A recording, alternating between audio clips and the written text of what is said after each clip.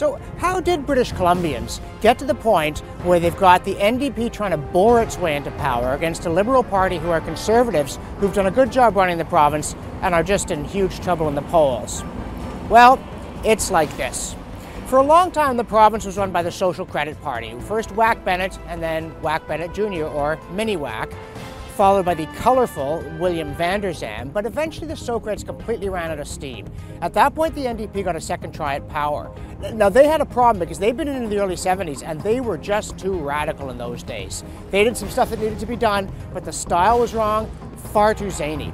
When they came in the second time, one NDP insider said, this time we're going to make an omelette that can't be unscrambled. But that wasn't the plan of the Premier. His name was Mike Harcourt, a moderate, genial, reasonable guy, former mayor of Vancouver, made his cabinet, put on jackets and ties and all that kind of thing.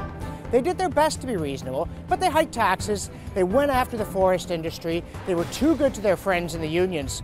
They almost lost to the Liberal Party, which had been brought from nowhere, resurrected by a guy named Gordon Wilson, except he had an affair with his House leader. It was taken over by Gordon Campbell. He asked British Columbians if they had the courage to change, and they didn't like the sound of courage, so he gave the NDP a second term in '96. By this point, poor Mike Harcourt had to step down over a scandal he wasn't even involved in. He was a bit of a chump. His successor, Glenn Clark, was driven out over a scandal he was involved in, and then they had the first Indo-Canadian Premier. They handed him a bag of ashes and said, hey, here's the government.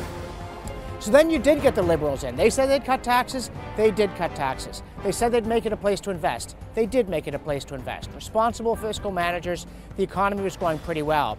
At one point, the Premier managed to get himself arrested for drunk driving in Hawaii and produced a really embarrassing sort of goofy, hammered grin mugshot. But people didn't mind that, even when he came back and cracked down on drunk driving in British Columbia.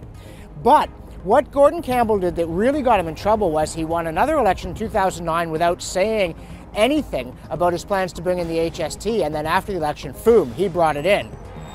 This caused a huge kerfuffle. In fact, it even brought Bill van der Zam back from the political grave to campaign against the HST along with the NDP. In the end, a referendum was called, the HST was decisively voted down, and in fact, the Liberals did get rid of it. So they kept their promise to fix their broken promise. But people were tired of them by this point, they didn't trust them, so now the NDP is trying to convince everybody they really are moderates this time. It's not just sort of Mike Harcourt as a front. Adrian Dix is a boring guy, he might pull it off. But if they really are radicals, they're going to be in a heap of hurt. People are getting suspicious, the polls are getting tighter.